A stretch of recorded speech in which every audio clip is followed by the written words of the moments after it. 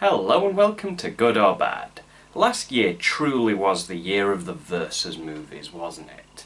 We had the likes of Batman and Superman kicking the shit out of each other, and Iron Man having a little spat with Captain America. So with those huge movies in mind, let's take a look at Sadako vs Kayako. You may have heard of these two ghoulish ladies. Originally Japanese movies, but both saw American remakes in the form of Sam Raimi's The Grudge and Gore Verbinski's The Ring. But while they've only had 3 American movies each, the Japanese series never bloody stops. But back in 2003 we saw 2 of America's biggest horror icons going toe-to-toe. And ever since there was this fun idea of The Grudge versus The Ring, and in 2016 we got it. Well, in the Japanese series anyway. So let's get this hostile duet started.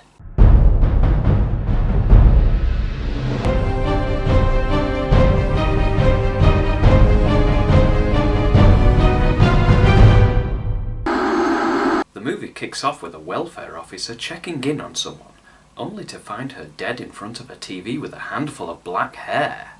Now this is a prime example of the work of Chucky, dressed as Sadako. On stilts. Then we jump to a university where a professor is giving a lecture on urban legends, such as the slit-mouthed woman, the boy under the bed, the house of death, and his favourite, the cursed tape. Also, if you watch this in the English dub, the professor says the house of death is his favourite. Yet his absolute fascination is the cursed tape. At least the English sub does make more sense by not having him say that the house of death was his favourite, and then go on to be obsessed with the cursed tape. But anyway, the movie uses this lecture to give us Sadako's backstory, and in case you don't know it, I will tell you, or at least this movie's version of Sadako anyway. Basically, there's this old VHS tape, and when you watch it, you have 2 days, it was always 2 days, it was never 7 days, that's crazy talk. It was clearly just a misprint in the other scripts. They didn't change it for this movie at all. I mean, halfway through the original Ju-on dubbed, they started calling Toshio Toshiko, so anything can happen. But on a serious note, it's 7 days. It's always been 7 days. You find the tape, you watch the tape, 7 days later, she comes out of the TV, kills you. But what I want to know is, what happens if you don't have a TV? Well, I guess that she would quite simply change her name to Samara, summon a load of flies to cover your phone screen to mask the fact that she couldn't fit through it, then murder you. But it's okay, because we all have our off days. So yeah, it's pretty spot on. Just 2 days now, which is essentially just because it's a crossover movie. Kayako doesn't have to wait at all. The second you walk into Kayako's house, she can kill you whenever she wants. So if Sadako's victims had to wait 7 days, either the movie would have to jump forwards a week, which would be insanely cheap, or every one of Kayako's victims would be dead before Sadako managed to wiggle her creepy-ass feet through the TV screen. Although, this movie does blatantly say that if anything hinders the curse, Sadako can come earlier, and afflicted with another curse would be classed as a hindrance, so it could still work as 7 days, but I guess the crippling realisation that you are almost out of time adds to the drama and the feeling of desperation. Okay, back to the movie. The professor named Morishigan, played by Masahiro Komoto, goes on to explain his fascination with the cursed tape, and how he would love to see it just so that he could see Sadako. I'd say careful what you wish for, but he truly doesn't mind dying if it means he gets to see Sadako. He also promotes his little book, which explains more about Sadako's curse, and then the movie jumps on to give way to a reason as to why Sadako's future cursed victims find the tape. That being that Yuri and Natsumi, played by Mizuki Yamamoto and Amy Satsukawa, need a VHS player so that Natsumi can convert her parents' wedding video to DVD for their upcoming anniversary. So while they go off to find an old VHS player, try a museum, we get introduced to yet another future curse victim. This is Suzuka, played by Tina Tamashiro. She's just moving into a new house with her parents, and she feels a strange calling towards an old abandoned house, and I will give you just one guess as to whose that house is. Well, it's not Kayako's. She is dead. Legally, she does not own that property anymore. I am fed up of supernatural squatters. So Yuri and Natsumi go to a second-hand store looking for a VHS player, and they find one. Buy it, and guess what? An old mysterious tape is inside it. It also comes with free hair. Right, so curious to see what's on the old tape, they play it, but Yuri gets distracted by a text, so only Natsumi watches it, therefore Yuri doesn't get cursed. But Natsumi's fucked. And she isn't the only one. Apparently when testing the VHS player, one of the workers watched the cursed tape. Which was a convenient 2 days ago, so this happens. Oh, bless. I mean, so sad. What a tragedy. Sadako's killed 2 people and Kayako hasn't killed anyone yet. Well, I suppose it's early.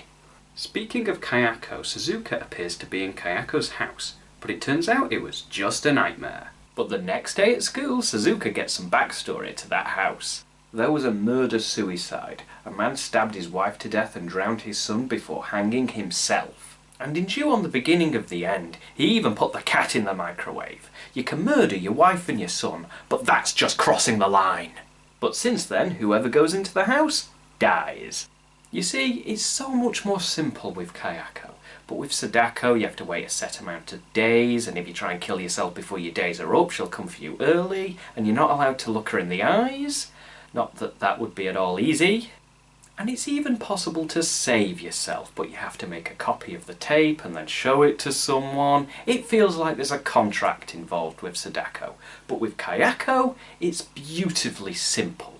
You walk into a house, she croaks around for a bit, then you die. It's just an all-round better system. Natsumi and Yuri go back to speak to the people they bought the tape player from, and discover that the person who tested the player had died. But I don't really see why they would go back to the cellar. They can't really help them. But to be fair, it is grounds for a refund. Although the movie does use this scene to fill in some gaps. Remember that woman that died at the start? These guys bought all of the household possessions at the relative's request.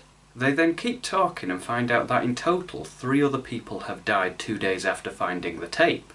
The elderly woman, the welfare officer, and the part-time shop worker. Basically, they think Natsumi is doomed, but Yuri remembers the lecture they attended with the professor that was obsessed with the cursed tape. Now, at first I did think it was a bit odd that they would go straight to the cellar when they had a professor who wrote a book about the cursed tape, especially when the only reason that they would contact the cellar would be to find out if it's real. But I think seeing Sadako in person pretty much solidifies that it's real. So given that they had 2 options, one of them being a desperate no-hope option, which was contacting the cellar, which was a huge waste of time, which is very bad considering time is very much of the essence when Sadako's after you. And option 2, go to the professor who may actually be able to save you. It seemed at first like the movie was just inserting a half-assed way to explain why those people had the tape to begin with. But looking at it again, I remember that they were falling asleep during the lecture, so given that, they may not remember the majority of it. So it makes more sense that they didn't consider that an option from the start, so they went with the desperate clutch at straws option instead. In the hopes that the cellar would be able to help them lift the curse, when in reality, no, they wouldn't be able to do that. So now that I've wasted some time running around in circles, let's move on. Now they take the tape to the professor, who is very excited and decides to watch the tape. He gets the phone call, but he's sad that Sadako doesn't appear in person. Because apparently she doesn't make house calls all the time. Although I did like that Sadako made him run to the other phone when he had his mobile ready in his hand. She can be a bitch sometimes. The professor says he'll copy the tape to disk because it's not the 90s anymore. They ask for a way to save Natsumi, and read in the book that if someone shows someone else the tape, they will no longer be cursed. And no, she technically did not show the professor the tape, he decided to watch it for himself, so it didn't count. Technicalities can be a fickle bitch. But there is another way, something to do with internal memes and rewriting them just before you die. Sounds like a load of bollocks to me though, but they decide to go with an exorcism instead. But just to clarify, the memes idea wasn't using internet memes to attack Sadako, although that would be interesting. I think it was more along the lines of rewriting Sadako's curse with something else, maybe merging it, or just conflicting it with something else, but I can't think what else. Maybe another curse? Don't know where we're going to find one of those in this movie, though. So yeah, the exorcism. They arrange one for that very night, but it's time to give Kayako some love. Sorry, did I say Kayako? I meant Toshio. Suzuka comes across some kids standing in front of the abandoned house, and some other kids come along. She disappears and they bully him to go into the house. And they do eventually chase him in, and Toshio goes all out Rambo on them and picks them off one by one, until Kayako's arms decide to make a brief appearance. Well, thank God for that. I wonder how long it'll be before the rest of her shows up. The professor introduces them to Miss Hoyu, the exorcist who is determined to save Natsumi from Sadako's curse. But I think she brought the wrong spell book.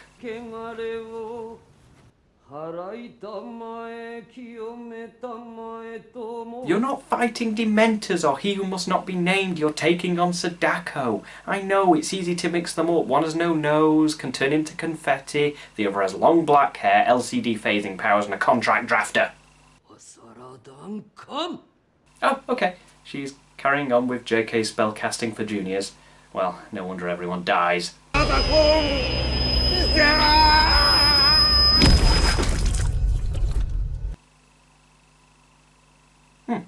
A new big bad exorcist was called in for backup, not long before the defense against the dark arts lost to Sadako. His name is Kaizo, or Kyozo, depending on whether you want to believe IMDb or the English subtitles. Personally, I'd usually go with the subtitles, but yeah, not a whole lot of faith in that right now. But I'm going to call him Kaizo regardless. He is played by Masanobu Ando, and his assistant Tomeo played by Maiko Kikuchi.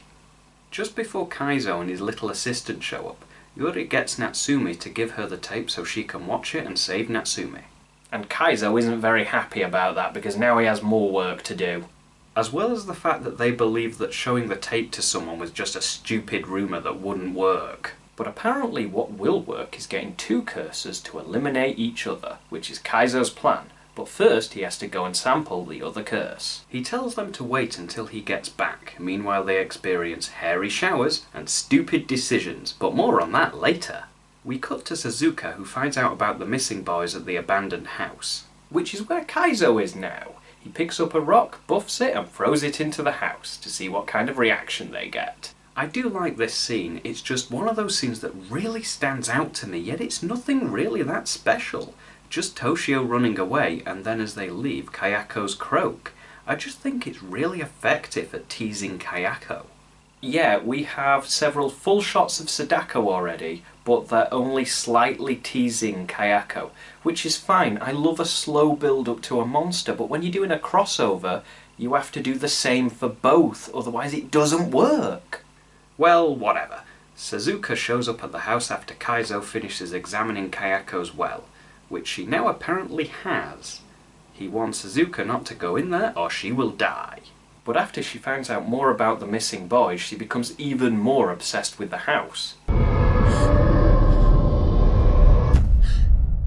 Enough of Kayako though, I think Sadako needs more attention. Remember when I said that there was a stupid decision? Well, Natsumi seems to have cracked under the fear and pressure of Sadako.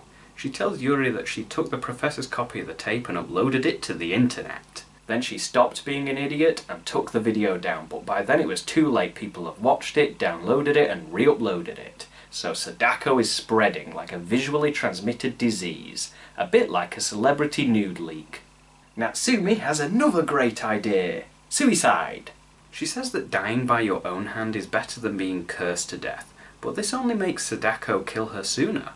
Well, it's probably for the best. She has already condemned half the internet to death. So I guess that pretty much confirms that in this movie showing the tape to someone to save yourself was a load of rubbish. Which is another thing really, because in this movie they say that all you have to do is show the tape to someone and you will live. But in the prior movies you have to make a copy of the tape, then get them to watch it, and it actually worked in those movies. Kaizo and Tomeo believe that if they can lift Yuri's curse, they can lift them all, essentially by deleting Sadako. But to do that, they need Kayako. Which isn't that the idea that he mentioned earlier, and the idea that the professor hinted at? It was like he was building up to this the whole time. Tomeo senses that Suzuka is in danger, as she gives in to the calling of the house and goes inside. Unfortunately for Suzuka, her parents follow her in the house and get murdered to death by Toshio and creepy girl with long black hair number 2. But at least Kayako has visible facial features going for her. So now that Suzuka is cursed, Kaizo brings them all together and explains his plan, and also that he has a backup plan, which is less than ideal. As the night begins, they wheel the TV and VHS player into Kayako's house. Did they bring a portable generator as well? Suzuka watches the tape, and because Yuri entered the house as well, they are both caught in 2 different curses, meaning Sadako and Kayako will fight over them. And by fight, I mean this. Poor little Toshio gets sucked into the TV, Kayako tackles Sadako, Sadako blows Kayako up, Kayako comes back at them almost straight away, Kayako crushes Sadako's tape. There are too many Akos in this movie!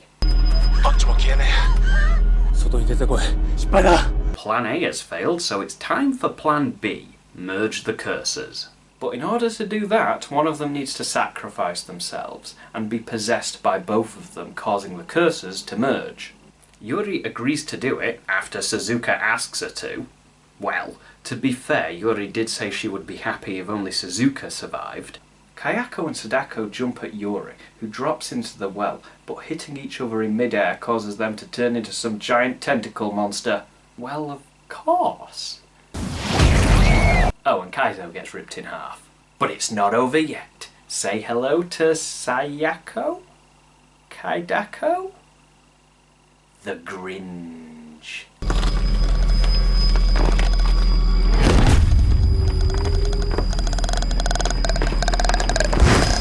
Well, that's it. The end. So they did successfully merge the curses, but it looks like they all die anyway. So it turns out that in Sadako vs Kayako, Sadako didn't win, Kayako didn't win, and it wasn't even a draw. Instead, they joined forces and will continue to deliver premium death cursing services to everyone who encounters it. Well, with that said, how was the movie? I really enjoyed it, but when I first saw it, I watched it in English dubbing and I thought it was the cheesiest versus movie I've ever seen. Okay, maybe not. But when I watched the subbed version, it was much better. The characters didn't seem as over the top and insane like they did in the dubbed. And just in general, the movie made a lot more sense. Most of the time. You can definitely say that this movie seems more like a Sadako film than a Kayako movie, as she does have more screen time and even her cursed victims have more screen time, but I can see why. One thing that Sadako's curse has that Kayako's doesn't is waiting time, and part of that waiting time is exploring what happens over the days leading up to their death. And if they skip that just to get to the end, it cheapens the movie and the entire Sadako aspect. So you can't explore that time and give Kayako the same amount of attention. In fact, they gave her more attention than what they could have done by having Kayako's curse call out to Suzuka, which gave way to dream sequences and a slow-paced Kayako presence that was there quite early on in the movie. They also added in the scene with the children just to give Kayako and Toshio more to do. So with those scenes in consideration, I do think Kayako had a good presence in this movie, even though I do think those scenes could have been fleshed out a bit more. I also like how they brought them together, with Kaizo knowing about both of the curses and actively pitting them against each other. Which brings me to the fight itself. The movie spent over 1 hour 20 minutes building up to this, and I am glad to see it wasn't a simple fist fight. Freddy and Jason can get away with that, it made sense there, but here, these are curses, spirits, not actual physical people. But despite that, there is a bit of physical contact, but I'm glad they didn't go overboard.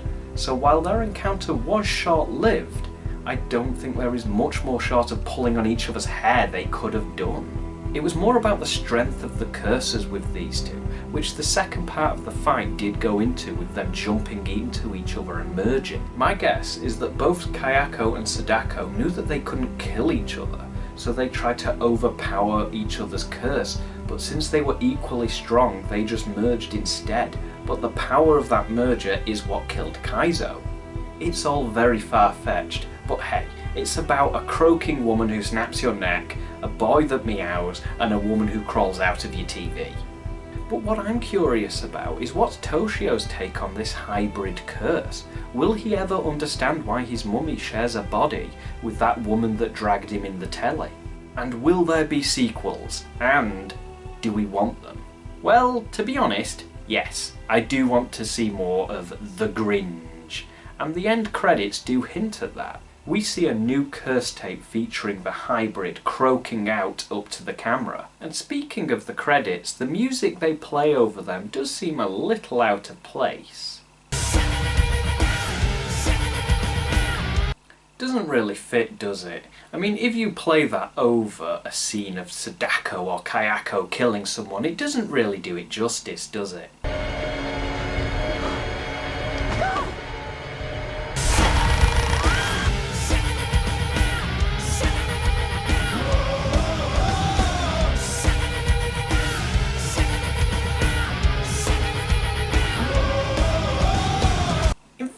I think you could pretty much dub anything over any one of those scenes and it will be no less suitable than this movie's official soundtrack.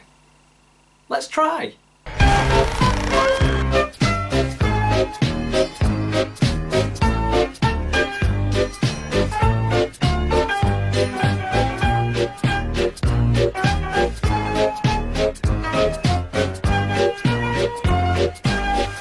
Well, I was wrong. If you're a fan of Kayako or Sadako, you may find this entertaining, but if you're not a fan, you probably won't. You have been watching Good or Bad, and I'll see you next time.